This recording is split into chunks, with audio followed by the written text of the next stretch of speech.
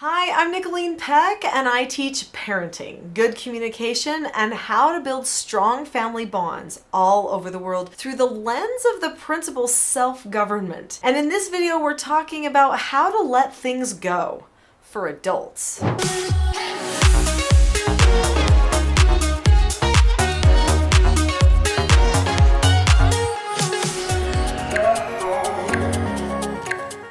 Many times I talk about skills for children, but in this video we're talking about skills for adults. Self-government isn't just for children, it's for everyone. In fact, all of the principles and skills of self-government are for everyone. They are adult skills, life skills. In this video, we're going to be talking about letting things go, why it's sometimes hard to do that, and what we can do to help ourselves drop the subject. Letting things go is easier said than done, especially depending on just your personality, the way you process, maybe even some of your tendencies. There are some people who have a tendency to focus on detail very intently, and when the details do not line up, they cannot leave that place in their brain. It's just the way their brain works, and so they have a hard time letting things go. In fact, the only way that they are going to be able to transition from that detail that has not been resolved, to move away from it, to do something else, is to now focus on another detail. Now, children are notoriously detail focused, which is why parents try the little trick of distracting them by another detail. Hey, do you want a cookie or a candy? Let's play this game. And then suddenly the child is focused on another detail, and oh, now they're not having a tantrum anymore and they don't even remember that they were. Now, that is not good parenting, just so you know. It's not deliberate, it's manipulative. I'm not a fan of it, but people do it, okay? And I'm bringing it to your attention because you do need to recognize that sometimes you need to change your mind. If you are having a hard time letting things go and you know it's just the way your brain is, then you might need practice in pushing your brain toward focusing on a different detail. We're going to be talking about some skills for how you can do that. But first, let's spend a little bit more time understanding why maybe some other people might have a hard time letting things go. Sometimes we have a hard time letting things go because whatever happened was so personal. It hurt. That person mistreated us in some way. They didn't care about us, or we thought, and they didn't understand us. Or what was a really great relationship really was ruined, and it was devastating to us. If you have strong emotion that is associated with something, it can be hard to let it go because it can feel like a really concrete part of you or your life story. But holding on to those bad feelings only hurts you in the end. It's true. Everyone knows that. If you hold on to it, you hurt you more than you hurt them. So, what am I talking about right now when someone else hurts you? Obviously, there's other things that can hurt or be frustrating, like we got caught in traffic, so we didn't make it somewhere on time, or maybe our dinner that we worked so much on burnt, and now we just want to talk about it, we want to tell everybody about it, we're in a bad mood about it. Those are different circumstances. Those are frustrations. That's a different emotional thing. And in that case, we might want acknowledgement or maybe attention for talking about those things and not letting them go. So, as we've looked at these multiple reasons why people might not let things go, we see that the circumstances could be varied. In fact, we could go on and on down this train of thought. But the point is, if you know you are holding on to something and you can't seem to shake it, you've got to do something about it, right? Well, this whole channel is dedicated to self-government, so I hope you've subscribed to it by now. So let's switch gears now and talk about self-government. How can self-government help us to let things go?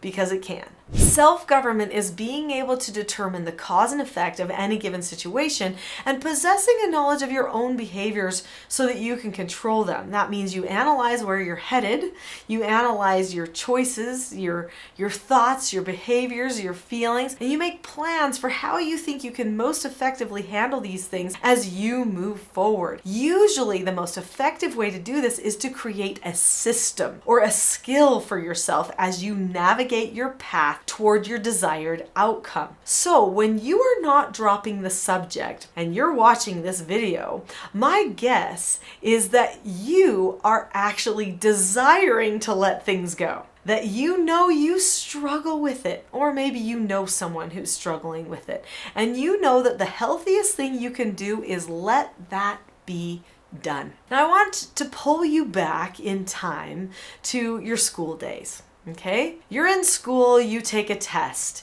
You've studied so hard for this test. You're worried about the test.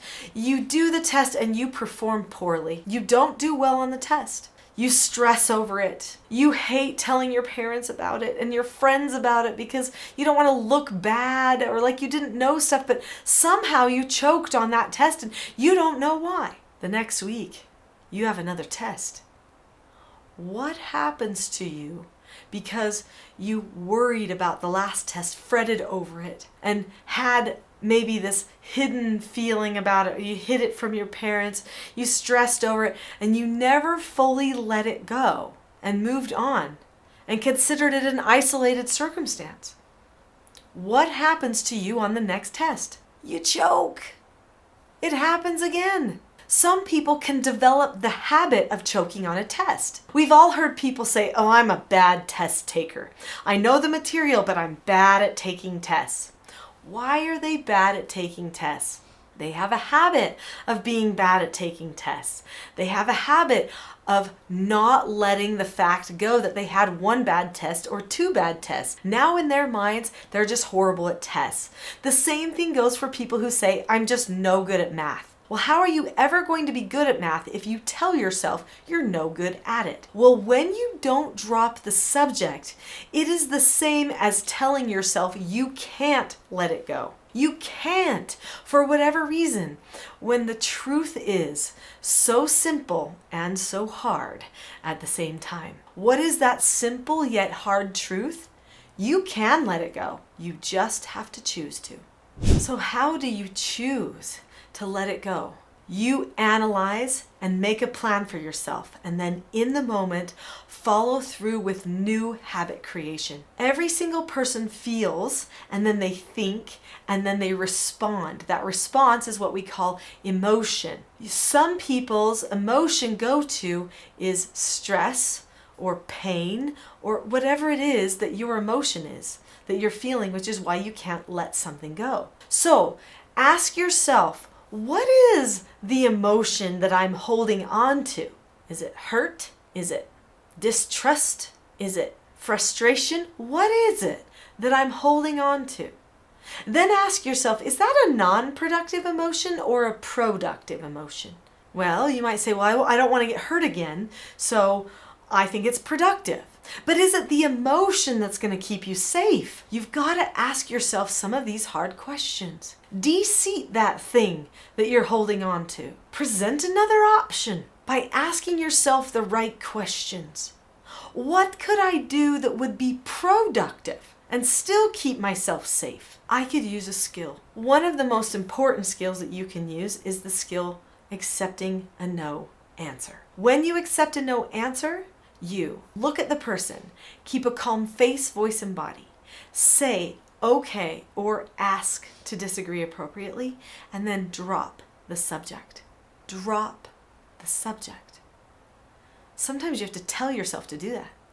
So when something happens that you don't like, someone mistreats you in some way, look at the person or the situation, keep calm about it, tell yourself, okay, that happened, or disagree appropriately if you think it would do you any good, and if they'd listen to you, and then say, now I'm moving on. That goes away. I release you. I am dropping the subject. You may have to tell yourself, drop the subject, but it is possible to do. You have to follow instruction from yourself to drop the subject. Now, just so you know, the skill set for disagreeing appropriately also has a step at the very end called drop the subject. The skill for accepting a consequence, because we all have consequences of our lives, the last skill, the step to that skill is also drop the subject. So of the 4 basic skills, 3 of them include the step dropping the subject. How important do you think it is to tell yourself to drop drop the subject. Very important, but it is a choice to move on.